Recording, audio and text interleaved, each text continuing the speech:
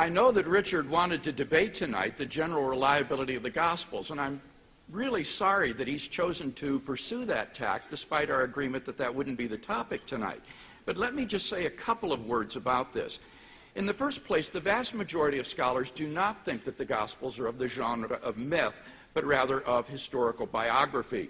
R.T. France, a New Testament scholar, writes, "At the level of their literary and historical character, we have good reason to treat the Gospels seriously as a source of information on the life and teaching of Jesus.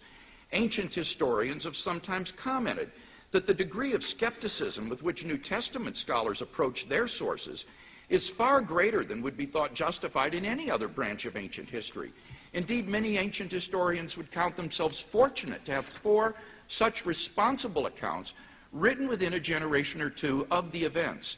The decision as to how far a scholar is willing to accept the record that they offer is likely to be influenced more by his openness to a supernaturalist worldview than by strictly historical considerations.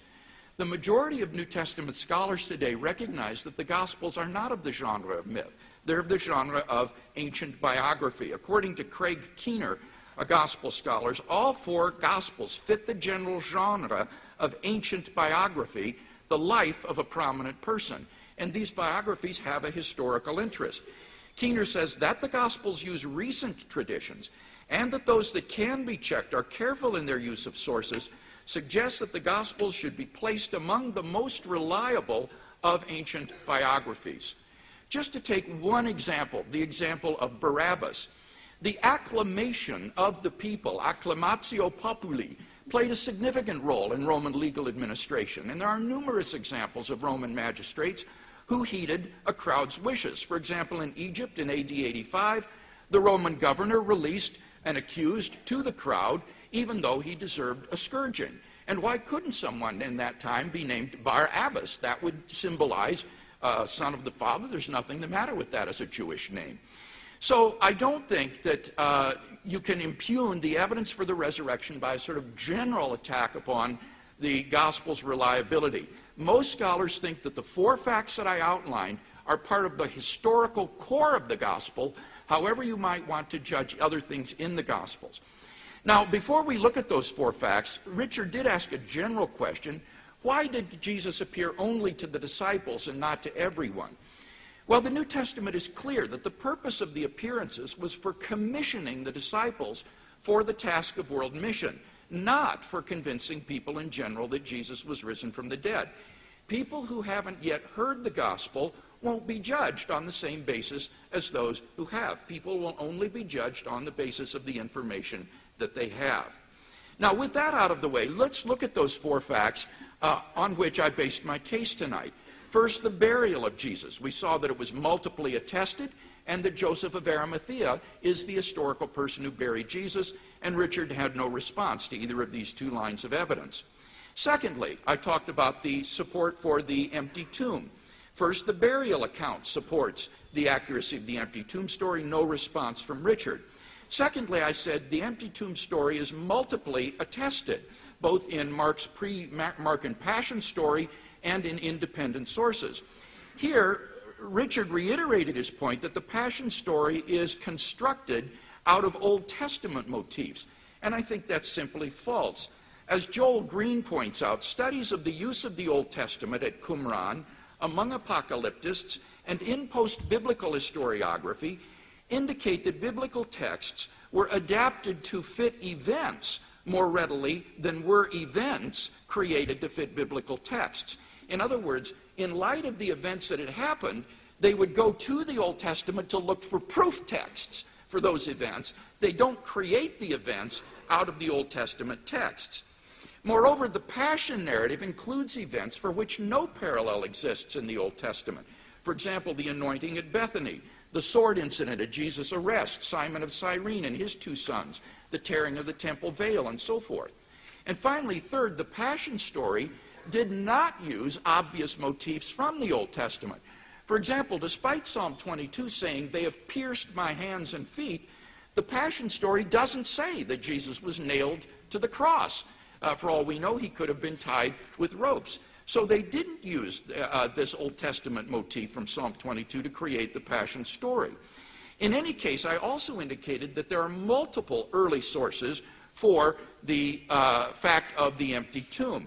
Matthew uses an independent source, as is evident from the non-Matthean vocabulary in his account, and the fact that he's responding to a pre-Matthean tradition about the empty tomb.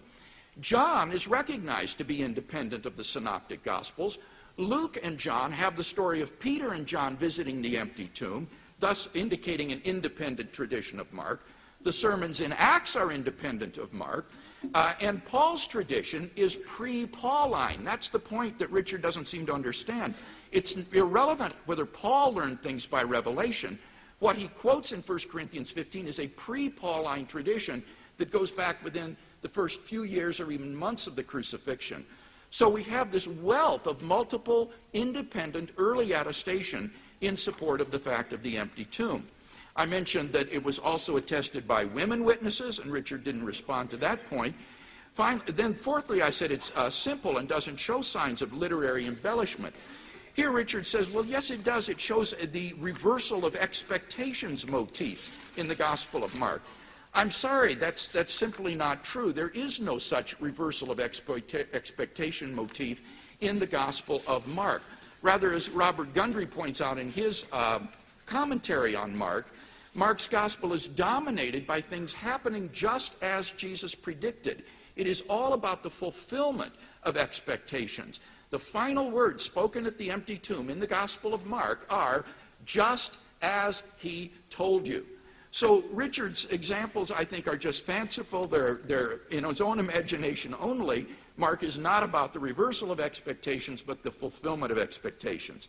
Fifthly, I said that the earliest Jewish polemic presupposes the empty tomb. Richard says, well, Matthew's account of the guard is constructed from the story of Daniel in the lion's den. That's irrelevant. That's wholly beside the point. The point is that what motivated Matthew to either tell or make up his story was that Jews were saying that the disciples had stolen the body. That's what motivated Matthew. And therefore, we have evidence from the early adversaries of Christianity that, in fact, the tomb was empty. So I think we have very good grounds on all five of these lines of support for thinking that, in fact, the tomb of Jesus was found empty.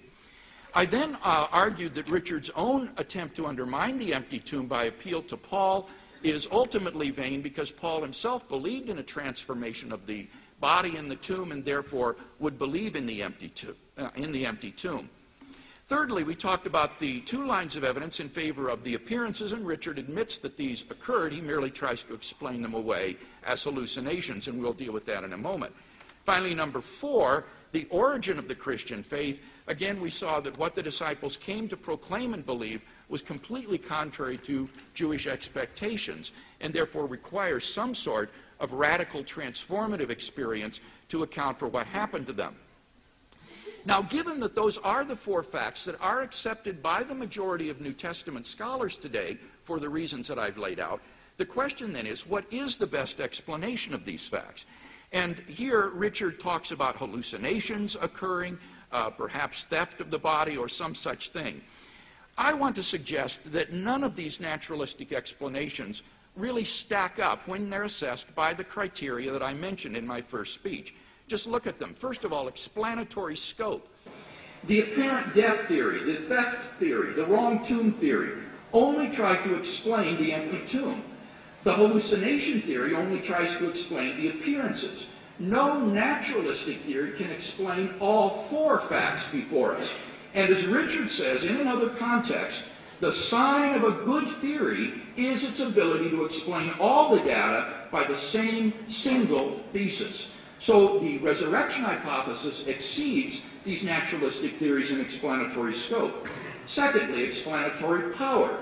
No naturalistic theory does a good job of explaining the origin of the disciples' belief in Jesus' resurrection. Theft and wrong tomb theories don't explain why the disciples would come to this outlandish and un-Jewish conclusion that God had raised Jesus from the dead. Hallucinations of the dead, however real, don't lead to belief that the person is alive. As N.T. Wright says, in the ancient world, visions of the dead were not taken as evidence that they were alive. They were taken as evidence that they were dead. And besides that, visions of the exalted Jesus would at most have led to the conclusion that he had been assumed into heaven, which is a different category in Jewish thought from resurrection from the dead. Thirdly, plausibility.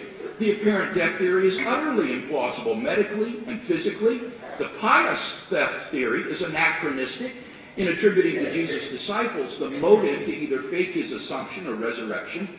And the followers of no messianic movement through the first century before Jesus to the first century after Jesus ever did or claimed such a thing about their executed would-be Messiah. The wrong tomb or relocation theories are implausible because once the disciples began to preach Jesus' resurrection, the Jewish leadership would have been only too glad to point out the disciples' stupid error in going to the wrong place. The hallucination theory is implausible in trying to psychoanalyze past historical